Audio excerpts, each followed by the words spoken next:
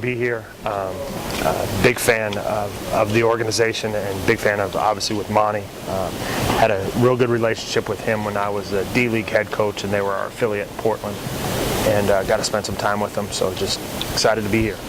Is it important to have different levels of experience as an assistant coach? I mean, when you're a head coach hiring your staff? I don't know. I mean, you can relate to maybe the end guys at the bench and how they got here, and I think that was a big thing for me in Sacramento, kind of getting our some of the guys that have been there a while that had sat at the end of the bench to kind of get the Dante Greens of the world to kind of get them going, and hopefully I can bring that here. What do you think got you this job? What do you think put you over the top? One of the things that Monty said to me in the interview was I was always when Sacramento played Portland, I was always at the arena before he got there, and we just had some young guys. We weren't the youngest team in the NBA last year in Sacramento, but we had the least experience. I mean, there was a point, I think we started a 20-year-old, 3 21-year-olds, and a 23-year-old.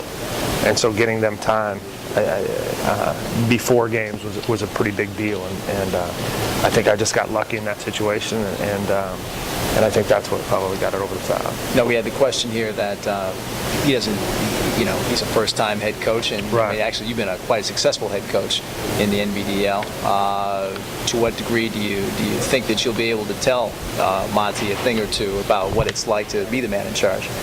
I think probably just, there's sometimes when X's and O's are the big part, and then there's sometimes where you don't even need the clipboard in the timeout, and I did that, having those conversations with Coach Westphal. I think Mike pitched on it earlier. It's sometimes not about the X and O, it's about the communication and what leads to what, and I think that's a part of the area that he'll lean on me about.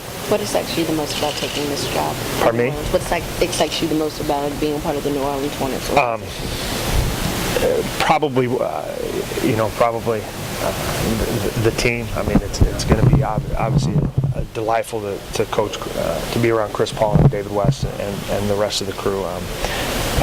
For everybody that's big New Orleans people, I have coached, and my assistant coach 2 years ago was Randy Livingston, and I actually coached Randy for about 5 years before that, and helped start him in his coaching career, and hearing all the things that he has said about New Orleans and his home and all that. I've been pretty excited to be here, and I actually coached the D-League All-Star game when the All-Star game was here in New Orleans, and so that was my first taste of it, and I'm just excited about being a part of the community. My wife we're already looking at houses, and we're ready to go. And are you a guy in the D-League? I imagine you had to do a lot of development of young players. Mm-hmm. In the NBA, I mean, the NBA has this reputation of being a league where you're 3 cities and 5 different nights, and there's not a lot of time for practice. I mean, do you think to what degree do you think you'll be able to really develop young players, and how would you go about it in an NBA setting? Well, I think you can develop guys all the time. I mean, on the airplane, you can watch film with them.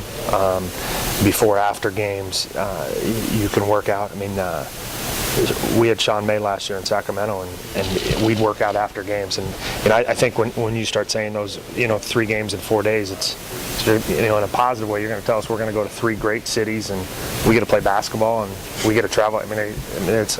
I think when people say that they get tired and the season is a grind, I think they're nuts. I mean, it's just. I mean, I'm ready for training camp about 48 hours after the season ends. So Coach Westphal had to kick me out of the office for a week. Just I was ready to make summer league schedule and practice plans. But no, I think it's just a complete excuse when people say it's 3 games and 5 nights and 3 different cities. I think it's an easy cop out. Thanks. Thanks.